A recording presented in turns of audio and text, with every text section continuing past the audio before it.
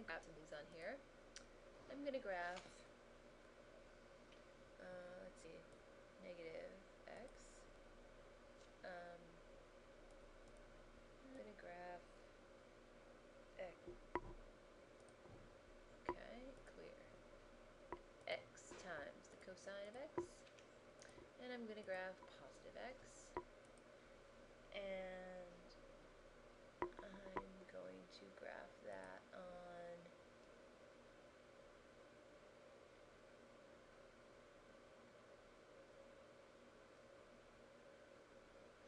let's just do like -2, since I'm looking at a limit as x goes to 0.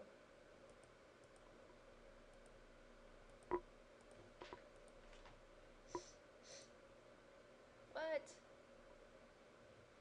I don't believe you. Oh. Alright, now I believe you.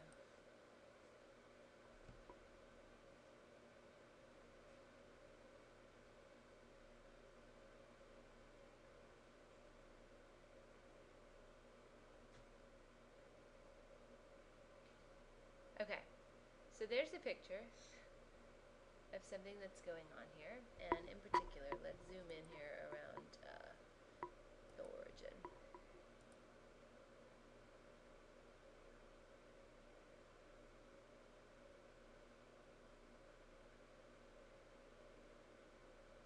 Okay, so on this side of the origin here, we have this function being trapped between these other two functions.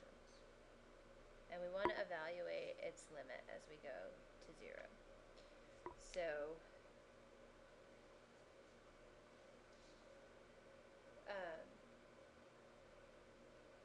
what do you think we can do there? If I were to say the word bread, would that spark any memories for you?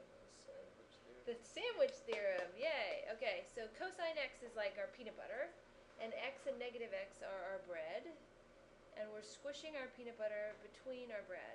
Okay, it's always stuck inside of there. This is not one of those messy sandwiches where the peanut butter oozes out at any point, okay? Even though those are the most delicious. So, slightly less delicious, yet more mathematically correct sandwich. Do we know anything about the limit as x goes to 0 of the function x and the function negative x? What do they both approach as x goes to 0? 0. They do approach 0. So since we have our two pieces of bread with our peanut butter function stuck between them, and each of our two pieces of bread is approaching 0, what do we know about our peanut butter? It should also approach 0. It's also approaching 0, yes. Now, that only works, the way this inequality is set up, that only works for the positive values.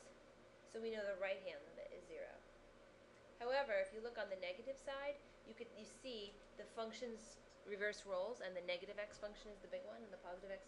So you can trap them by reversing the inequality on the other side, and again, using the sandwich theorem to say that limit is 0 as well. So the left-hand limit is 0, and the right-hand limit is 0, which makes the actual limit Is 0. 0. Yay. Make sense? A little refresher. And now you'll be thinking about peanut butter all morning. So my job here is done.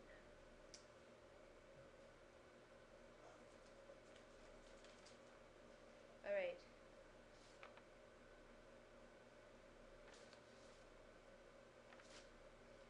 (15) Discontinuities. Find them, identify them. How do we do this? Graph it. Okay, that will give us a hint, for sure. So, let's do it.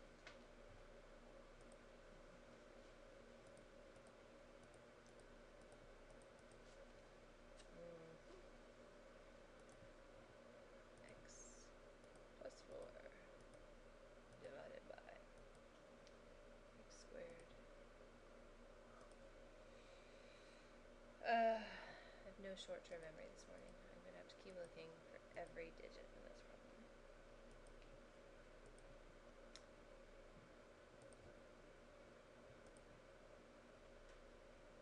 Oops, I just hit zoom 0. I didn't want to do that. I wanted to do zoom 6. Grumpy. Zoom 6. There. See.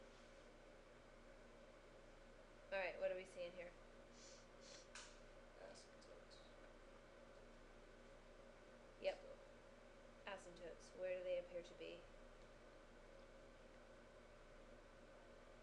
Uh, 2, Uh-huh. And 5. 4, 4. Yes. So what kind of function is this? rational. Rational. Good, because it's a ratio of polynomials. It is a rational function.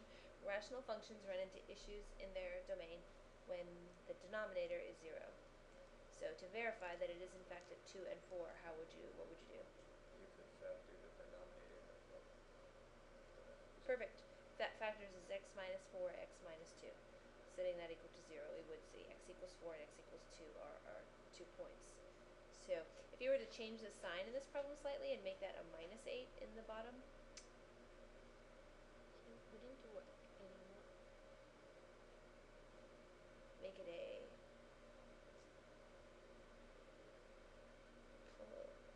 I don't know. There's some way to make it so that the top and the bottom cancel out. I just can't think of what it would be. So that we would have a plus 4 on the bottom, and then we would actually have... So let me go back and show you what I'm talking about, even though I'm not making any sense whatsoever. If instead we have a denominator, that...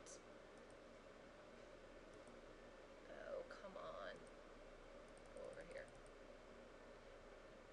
Factors like this. X plus 4. See what I'm doing? I need another parentheses.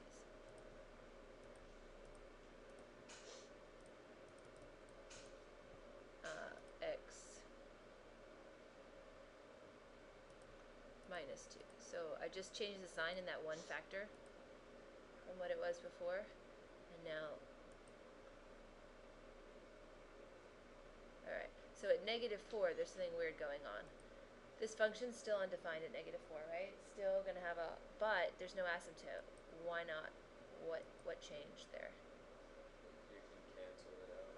You can, right. So what's going to happen at 4, if we table this and shoot down to negative 4, we see this error.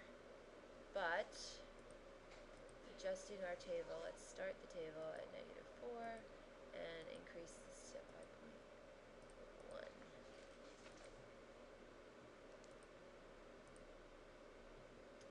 Okay, we can see that we're getting some kind of limiting behavior on either side of it.